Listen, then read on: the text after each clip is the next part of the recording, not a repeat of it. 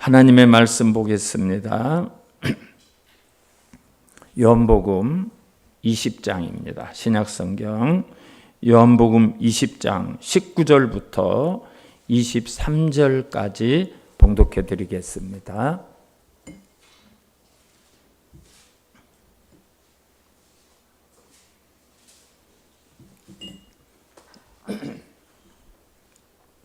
이날 곧 안식 후 첫날 저녁 때에 제자들이 유대인들을 두려워하여 모인 곳에 문들을 닫았더니 예수께서 오사 가운데 서서 이르시되 너희에게 평강이 있을지어다 이 말씀을 하시고 손과 옆구리를 보이시니 제자들이 주를 보고 기뻐하더라. 예수께서 또 이르시되 너희에게 평강이 있을지어다. 아버지께서 나를 보내신 것 같이 나도 너희를 보내노라. 이 말씀을 하시고 그들을 향하여 숨을 내쉬며 이르시되 성령을 받으라. 너희가 누구의 죄든지 사하면 사하여 질 것이요 누구의 죄든지 그대로 두면 그대로 있으리라 하시니라. 아멘. 할렐루야. 우리 예수님께서 금요일 날 십자가에 못 박히셔서 숨을 거두셨지만 말씀하신 대로 오늘 안식 후 첫날 3일 만에 예수님이 다시 살아나셨습니다. 오늘 우리가 이 부활절 예배를 드리는 것은 예수님이 살아났다. 이 사실 때문에 기뻐하고 이 사실 때문에 부활절을 기념해서 예배를 드리는 것만은 아닙니다. 주님의 부활은 바로 우리들 예수 그리스도를 믿는 저와 여러분에게 직접적으로 관련이 있어요. 직접적으로 우리들에게도 일어날 일이기 때문입니다. 고린도전서 15장을 부활장이라고 그래요. 고린도전서 15장을 보면 이 부활에 대해서 자세하게 사도 바울이 설명을 하고 있습니다. 고린도전서 15장 20절과 21절을 보면 이렇게 말씀하고 있습니다. 그러나 이제 그리스도께서 죽은 자 가운데서 다시 살아나사 잠자는 자들의 첫 열매가 되셨도다 그랬어요. 모든 죽은 자들이 어떻게 되는가? 예수님이 첫 열매가 됐어요. 첫 열매면 계속해서 이제 그렇게 되는 거예요. 21절 사망이 한 사람으로 말미암았으나 죽은 자의 부활도 한 사람으로 말미암는도다 그랬어요. 사망이 한 사람으로 말미암았다는 게 무슨 말씀이죠? 첫사람, 하나님이 창조하신 첫사람 아담이 죄를 지어서 아담이 하나님으로부터 말씀을 어기고 하나님의 명령을 어겨서 따먹지 말라는 선악과를 따먹음으로 인해서 인간에게 사망과 저주와 죽음이 왔어요. 아담의 후손인 우리에게도 그게 오는 거예요. 여러분 우리가 살아가기가 얼마나 힘들어요. 아담 할배한테 많은 근거가 있고 책임이 있어요. 그분 때문에 그래요. 그런데 오늘 말씀을 보니까 죽은 자의 부활도 한 사람으로 말미암는도다 그랬어요. 죽었던 사람들이 부활하는데 그 증거가 바로 예수님이에요. 첫 열매가 열렸으니까 계속해서 열매가 맺히는 것처럼 이제 모두가 다 그렇게 부활할 때가 있다는 거예요. 그래서 고린도전서 15장 16절 말씀을 보면 만일 죽은 자가 다시 살아나는 일이 없으면 그리스도도 다시 살아나신 일이 없었을 터이요 그랬어요. 예수님이 사람의 몸을 입고 왔어요. 우리가 똑같아요. 똑같은 몸을 입고 왔어요. 죽은 자가 다시 살아난다는 이 하나님의 계획과 작정과 이 법칙이 없으면 예수님도 살아날 수가 없다는 거예요. 이렇게 예수님의 부활은 단순히 예수님의 부활로 끝이는 것이 아니라 저와 여러분의 보증이에요. 저와 여러분도 그렇게 된다는 증거고 보증이 되는 거예요. 근거가 되는 거예요.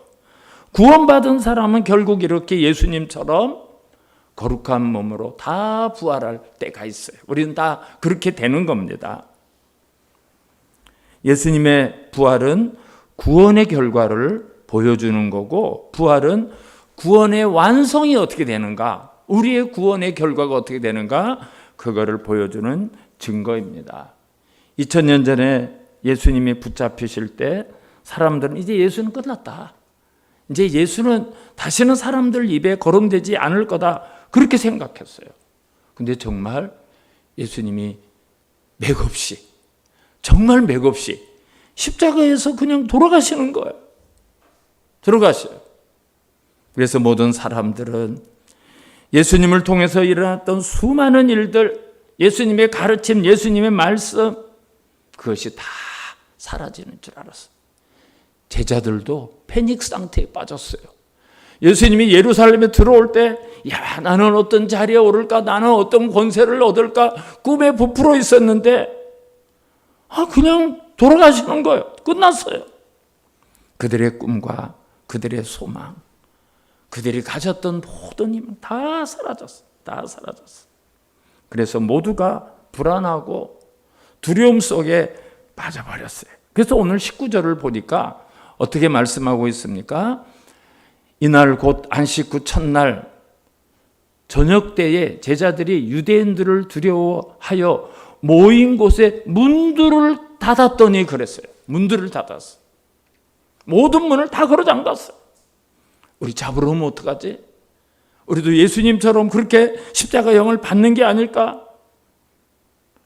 저보다 두려워, 죽임을 당할까 무서웠다. 근데 그곳에 예수님이 찾아오셨어요.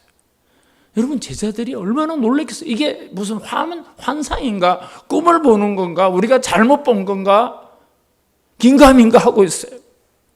예수님이 너희에게 평강이 있을지어다, 이 말씀을 하시고 십자가에 못 박혔던 손과 발을 보여주시고 창에 찔린 옆구리를 보여주셨어요. 정말 예수님이구나. 그때서야 예수님이 살아나셨다는 것을 믿게 되었습니다. 예수님이 제자들을 찾아오셔서 오늘 뭐라고 말씀하고 있어요? 오늘 우리가 함께 읽은 말씀이 예수님이 하신 말씀이에요. 저 같으면 성질이 좀 못돼가지고, 야, 뭐 죽어도 나를 안 버려? 죽는 데까지 나를 따라간다고?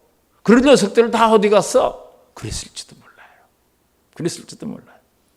근데 예수님은 두려워 떨고 있는 제자들을 위로해 주시고, 예수님의 그 못 박히고 또 창에 찔린 자국을 보여주시면서 제자들을 기쁨을 주시고, 그리고 제자들에게 힘과 새로운 능력을 주시는 그런 내용이 오늘 본문의 말씀입니다.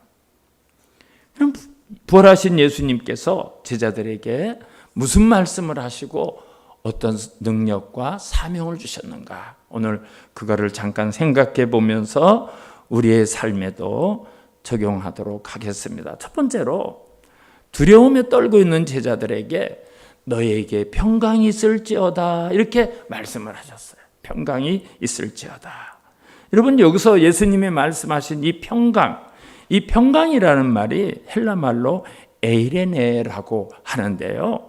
이 에이레네라는 말이 가지고 있는 뜻은 평화, 평강, 화평, 평온, 이런 뜻도 가지고 있고요. 모든 복과 좋은 것, 이런 것을 얘기할 때 에이레네 이렇게 얘기하는데, 이와 똑같은 히브리 말이 있어요. 히브리 말 똑같은 거. 그게 무슨 말일 것 같아요? 샬롬, 이런 말. 샬롬, 히브리 말 샬롬. 샬롬이라는 것은 하나님이 주시는 평강이에요. 하나님, 이 땅의 것이 아니라 내가 주고 부모님이 주고 남이 주는 게 아니라 하나님으로부터 오는 평강, 그걸 샬롬이라고 그래요. 그거 똑같은 이야기예요. 샬롬. 그러니까 지금 제자들이 지금 얼마나 무섭습니까? 얼마나 두렵습니까? 얼마나 장래가 걱정이 되고 있겠어요. 어떤 제자는 내가 예수님 앞에서 큰 소리를 쳤는데 참 생각해 보니까 내가 아무것도 아니구나. 정말 애들 말로 쪽팔린다, 쪽팔려. 막 이래가지고 고개를 못 드는 제자도 있을 거고, 또 우리가 언제쯤 또 예수님처럼 체포가 되지는 않을까, 이렇게 걱정하고 있을 때 예수님이 오셔서 너에게 평강이 있을지어다. 이렇게 선언을 하셨어요. 여러분, 예수님이 주시는 이 평강은 모든 악한 권세들로부터 안전함을 보장받는 하나님의 평강을 이야기하는 거예요. 예수님께서 그 평강을 주실 수 있고 그 평강을 좌지우지할 수 있고 그 평강을 이길 수 있기 때문에 인간에게 가장 두려운, 가장 무서운, 가장 큰 죽음을 이기시고 부활하신 거예요. 예수님은 그런 권세가 있는 거예요.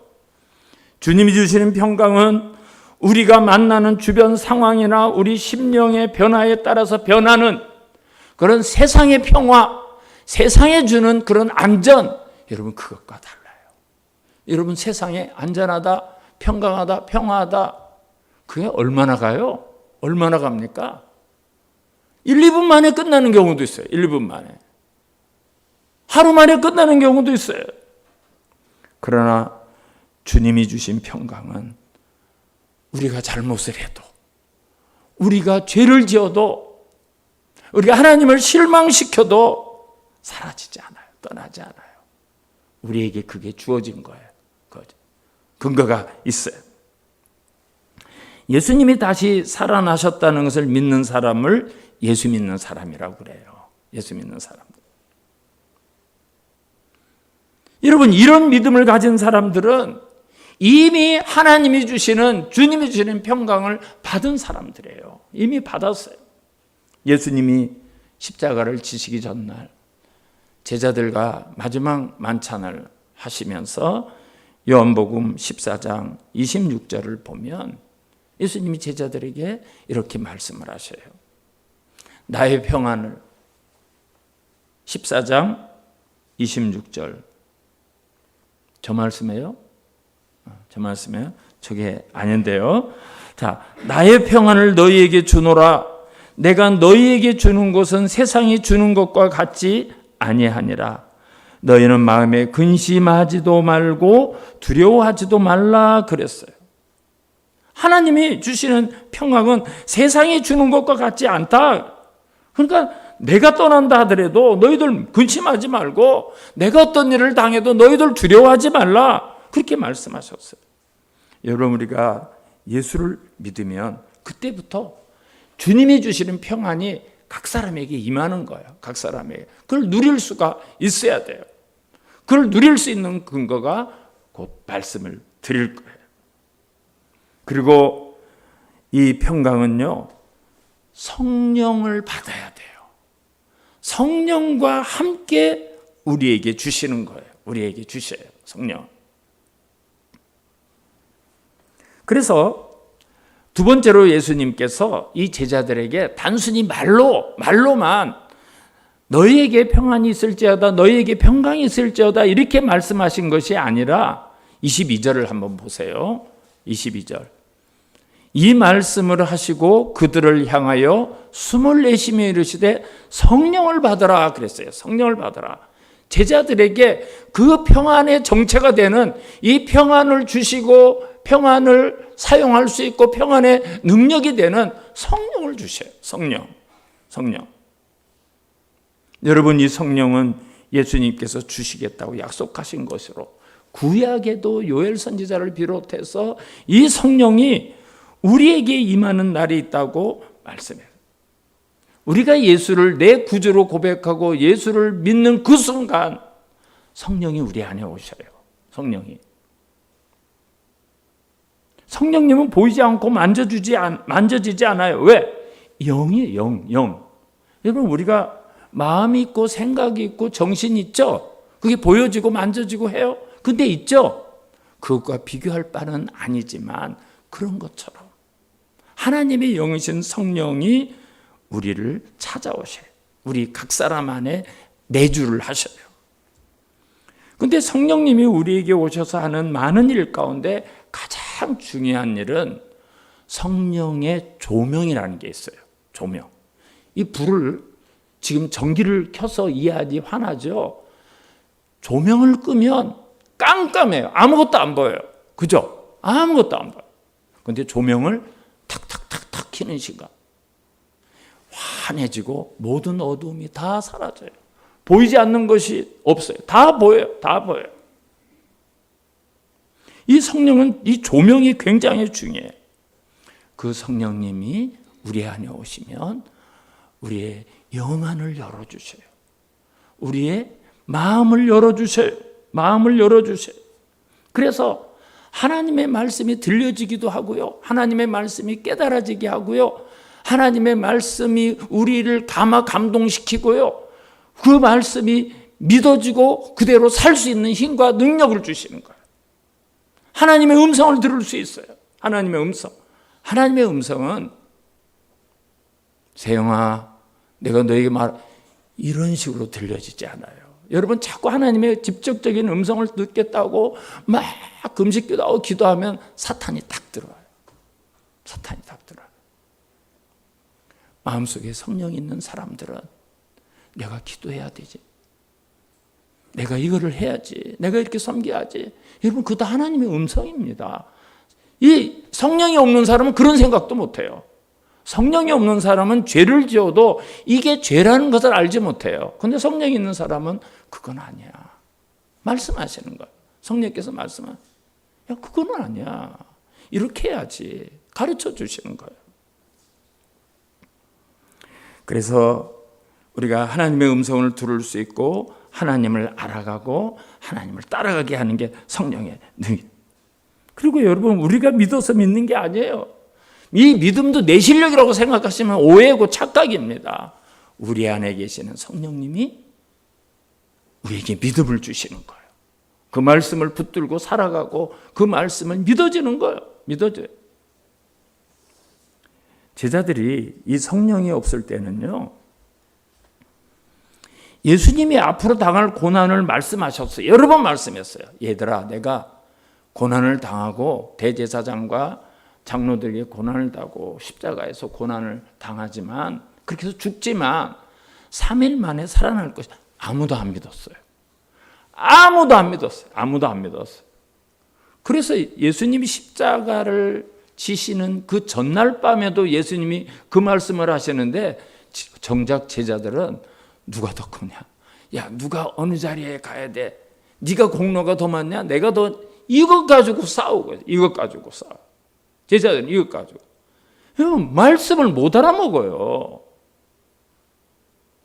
우리는 하나님의 말씀이 들려지고 믿어지고 그 말씀이 우리에게 살이 되고 피가 되고 힘이 되고 능력이 되지만 예수 안 믿는 사람은 뭔 헛소리를 저렇게 하는 거야. 예수쟁이들 미쳤나 봐. 무슨 소리야. 그 사람들은요 답답해서 미쳐요. 답답해서. 성령이 없는 사람은 절대 못 알아먹어요. 그런데 제자들이 성령을 받은 다음에는 죽인다 해도 그 죽음을 두렵지 않는 거예요. 예수에 대해서 예자도 꺼내지 마 해도 그런 거 두려워하지 않아요. 감옥도 가고 순교도 당하고 그리고 능력이 그들에게 나타나요. 능력이 180도 달라져요. 사도행전 3장을 보면 베드로와 요한이 성전에 기도하러 가다가 성전 민문에서 구걸하는 나면서 한 번도 걷지 못한 장애인을 만나죠. 그래서 내게 은과 금은 없지만 나사렛 예수 이름으로 일어나라 했더니 일어나서 들고 뛰고 하나님을 찬양해요. 막 사람들이 막 몰려들어가지고 어떻게 이런 일이 일어나지? 여러분 이거 내가 한 게 아닙니다. 여러분들이 십자가에 못 박은 예수 그리스도를 믿었기 때문에 이 사람이 그 예수를 믿었기 때문에 이런 변화가 일어난 겁니다. 여러분들이 죽였던 그 예수 그분이 하신 거예요. 체포가 됐어요.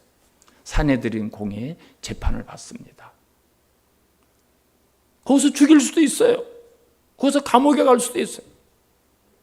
너희들 앞으로 예수에 대해서 말하지 말고 예수에 대해서 가르치지 말라 명령이 내려졌어요. 그랬더니 베드로와 요한이 야, 우리가 하나님의 말씀을 듣는 것과 너희들의 말씀을 듣는 것 내가 뭘 들어야 되는데 내가 하나님의 말씀을 듣지 않고 너희들의 말을 들어야 돼? 거기서 그래요. 예수님이 체포될 때 정말 어떤 제자는 벗은 몸으로 도망가기도 하고 걸음아 날 살려 모조리 도망갔던 제자들이 성령을 받으니까 이렇게 변화가 되는 거예요. 이렇게 변화가 되는 거예요.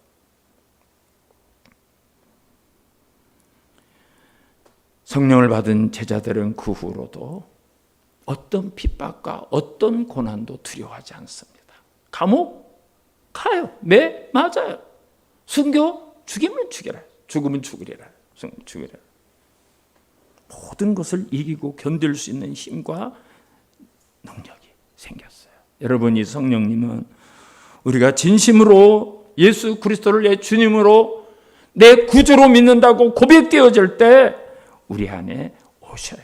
그때부터 하나님의 나라에 갈 때까지 우리와 함께해요. 우리는 결코 외로운 존재가 아니야. 하나님이신 그 성령님이 여러분 우리 안에 내주와서 우리와 함께하는 거예요. 우리가 함께하는 거예요.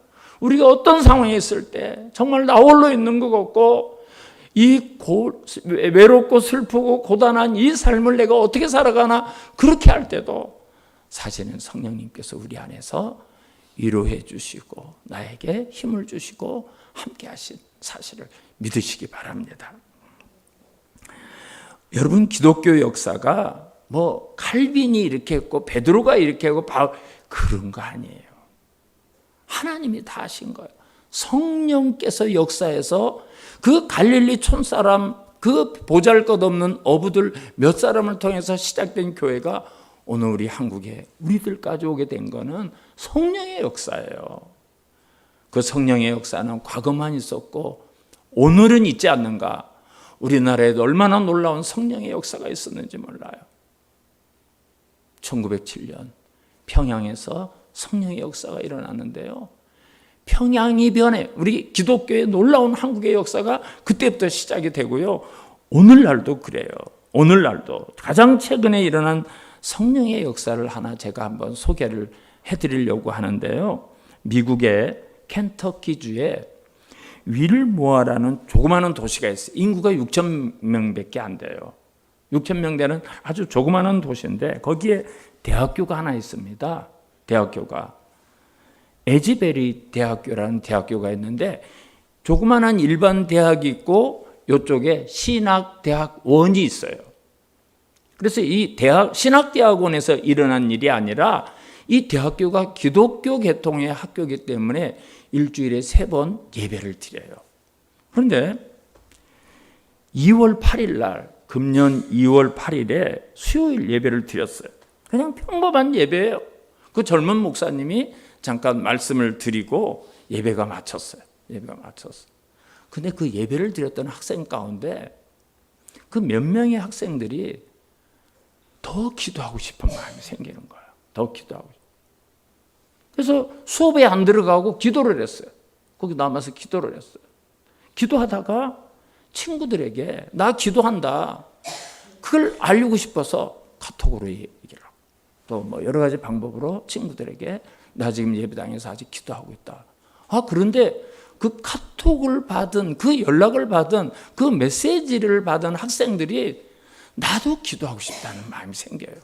그래서 어떤 일이 일어났는가 영상으로 한번 보도록 하겠습니다. 이 영상을 찍은 분은 거기에서 일어난 일을 우리가 다니엘 기도회를 통해서 유흥열 목사님이라고 워싱턴 중앙장로교회 목사님의 말씀을 한번 들었죠. 그분이 거기 가서 찍은 내용이에요. 우리가 한번 어떤 성령의 역사가 일어났는지 워싱턴 중앙장로교회 유흥열 목사님이에요. 저분이 그 현장에 가서 영상을 잠깐 찍었어요. 그래서 여러 가지 영상이 있는데 저기 한 9분 정도 됩니다. 한번 보도록 하겠습니다. 틀어주세요. 안녕하세요.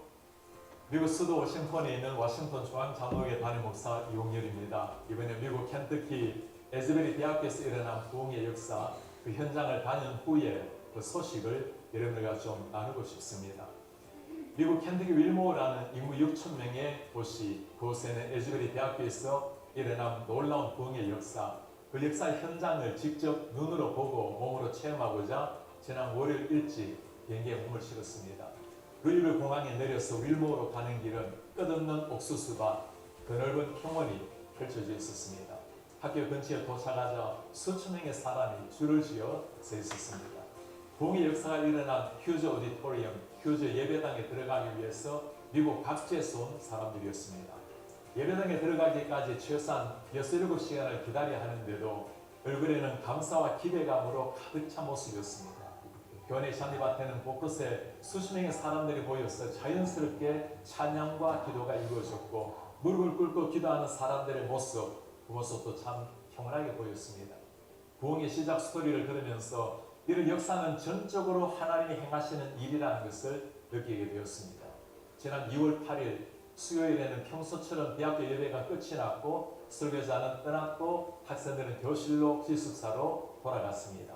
현장에 20명 정도의 학생들이 남아서 기도하는 가운데 서서히 하나님의 영적 임재가 나타나자 그것을 온몸으로 느낀 학생들, 친구들에게 다양한 매체로 알리기를 시작했고 그렇게 학생들도 교수들도 예배당 안으로 모여들었습니다.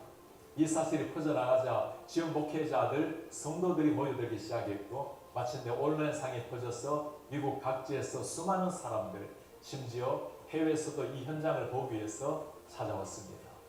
하루 코스로 준비한 그림이기에 저는 예배당 안으로 들어갈 생각은 하지도 못한 채 이 부흥의 현장을 눈으로 본다는 것, 예배당 앞에 펜스를 붙들고 기도하는 것만으로도 충분히 감사리라는 생각이었습니다.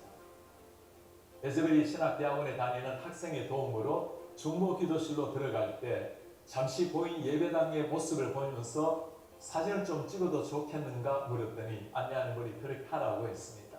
그 말이 끝나자마자 저는 발 한쪽을 예배당 안에 넣고 셀폰으로 현장을 담기 시작했습니다. 한 발이라도 담갔으니 그 정도라도 하나님의 특별한 은혜라고 생각했는데 하나님의 비상적인 은혜로 부흥이 시작된 예배당 안으로 들어갈 수가 있었습니다. 예배당을 가득 채운 대학생들과 성도들을 보면서 마음의 흥분을 가라앉히기 어려웠습니다. 제 생에 어쩌면 다시 경험하기 어려운 영적 부흥의 현장에 서 있다는 생각 하나만으로도 감사와 감격에 젖어 있었습니다. 함께 기도하고 찬양하고 간증에 귀를 기울이면서 제 생각에 잔잔한 변화가 일어났습니다. 부흥의 현장은 어떤 거대한 역사가 나타나는 것이 아니라 너무나 조용하고 평온하고 질서가 있었습니다. 하늘이 갈라지는 역사, 폭풍우가 일어나는 거센 파도가 아니었습니다. 참석한 사람들 마음마다 차분하게 임하는 하나님의 영적 임재로 가득했습니다. 체계적인 준비도 없었지만 찬양과 기도와 예배는 진정한 마음을 담은 영혼의 울림이 온 예배당에 넘쳤습니다. Christ be magnified. 주님만이 높임을 받으소서. 이 찬양을 들으면서 진정한 영적 부흥은 하나님이 허락하시는 주권적인 은혜예요. 하나님만이 영광을 받으신다는 사실을 다시금 보았습니다. 특별한 부흥의 현장을 보려고 갔는데 제가 본 것은 하나님이 행하시는 너무나 평온하고 자연스러운 영적 임재였습니다. 부흥은 하나님이 주권적으로 주시는 은혜이지만 에제벨이 부흥의 역사 뒤편에 쌓인 기도 스토리를 들으면서 이 시대도 여전히 기도를 통해서 일하시는 하나님을 다시 한번 보았습니다. 현장에서 중국계 말레이시아 군인 홍 교수님, 닥터 홍투 레오를 만나 놀라운 간증을 들었습니다. 미국 시카고에 위치한 트리니티 신학교에서 유학하고 말레이시아에서 14년 동안 교수 사역을 하던 중에 2015년 에즈베리 대학교의 방문 교수로 머물렀습니다. 이때 하나님께서 교수직을 내려놓고 에즈베리의 부흥을 위해서 풀타임으로 기도하라는 말씀을 받았습니다. 스스로 보수적인 신학자이기 때문에 이런 신비한 비전에 대해서 선뜻 받아들이기 어려웠습니다. 그러나 결국 몇 차례 확인 과정을 거쳐서 하나님의 부르심으로 확신하고 주님께 순종하기로 결단했습니다. 결국 2019년도에 윌모어로 이주하고 에즈베리의 부흥을 위해서 기도하기를 시작했습니다. 홍 교수님은 대화 가운데 놀라운 사실을 들려주었습니다. 2020년 여름에는 하나님이 회개하라, 부흥을 위해 기도하라는 사인을 들고 기도하라는 말씀을 주셨습니다. 그는 또 한 번 하나님 앞에 순종했습니다. 그렇게 2년 동안 그 사인을 자신의 몸 앞뒤로 메고 다녔으니 얼마나 우스운 모습으로 보였을지 충분히 상상이 갔습니다.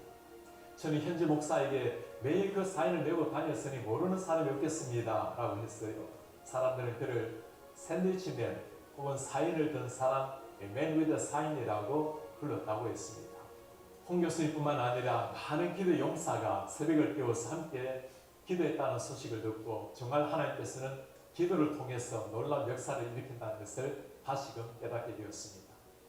에즈베리 대학교의 부흥이 알려지자 미국의 주요 방송 CNN, 폭스 등 다양한 방송사에서 그를 찾아서 인터뷰를 요청해 왔습니다. 그러나 단 한 번도 인터뷰에 응하지 않았습니다.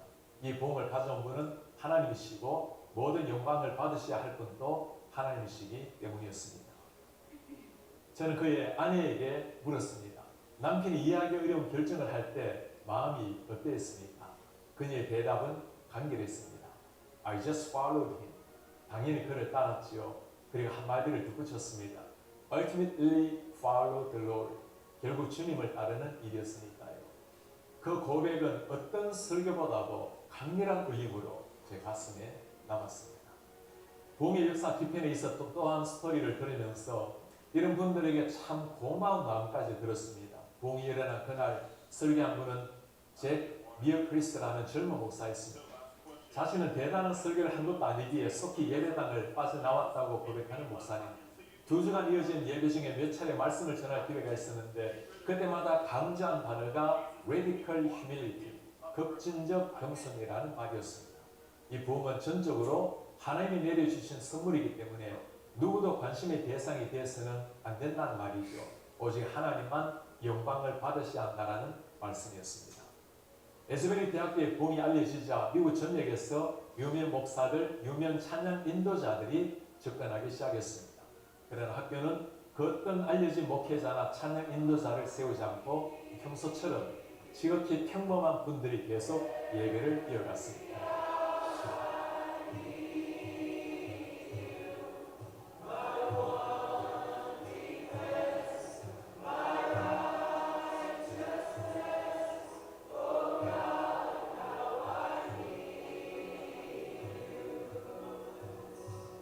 이제 거룩한 부흥의 불길이 미국의 다른 대학교에 번져서 지속적인 예배가 일어나고 회개와 기도 행진이 멈추지 않고 있습니다.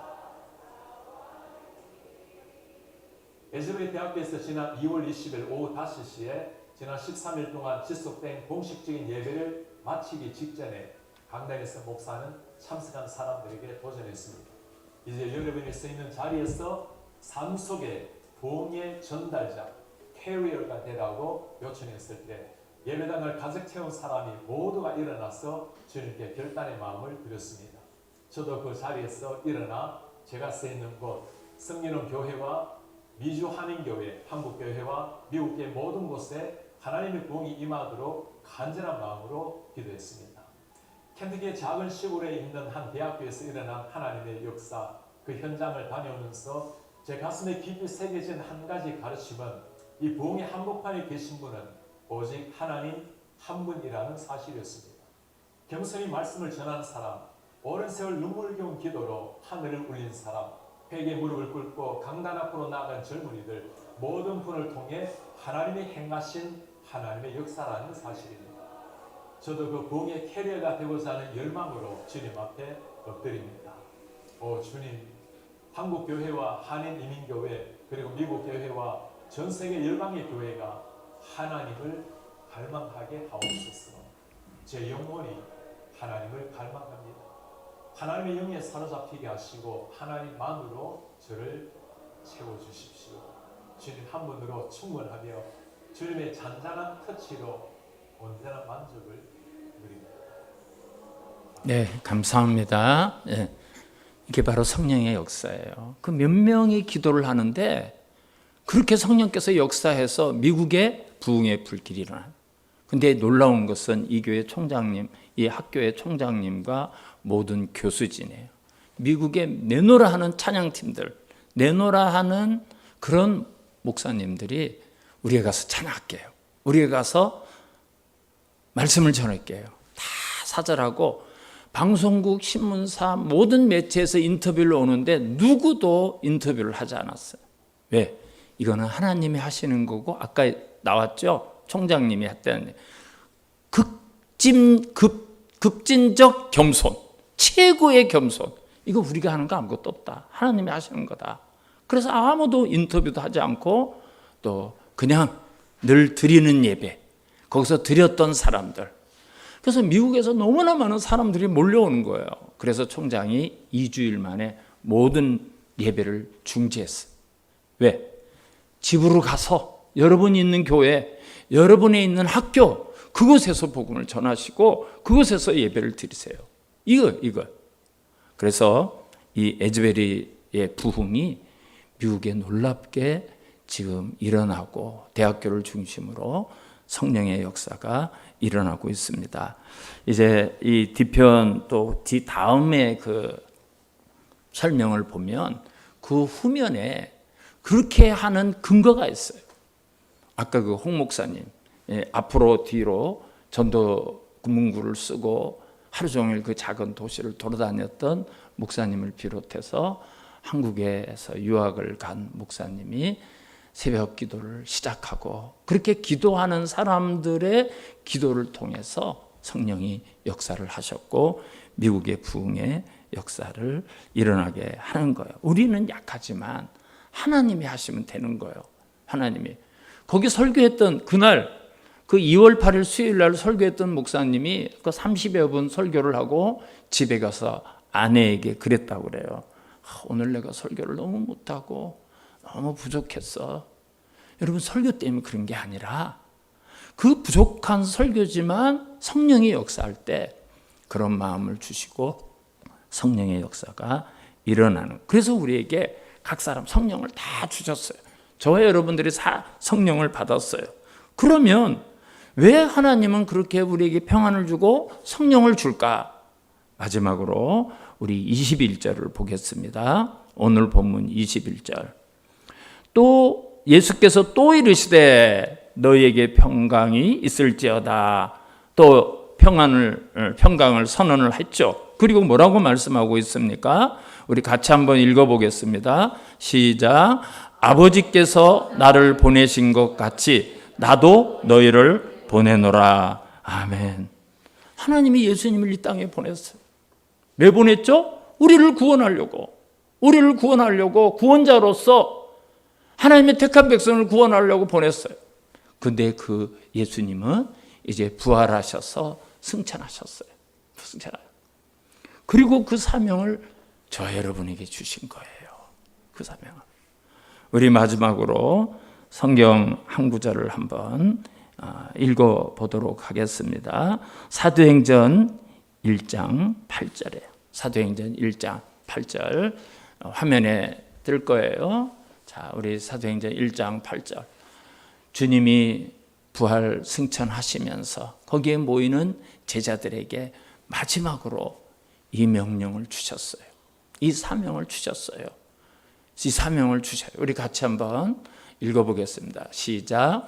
오직 성령이 너희에게 임하시면 너희가 권능을 받고 예루살렘과 온 유대와 사마리아와 땅끝까지 이르러 내 증인이 되리라 하시니라. 아멘.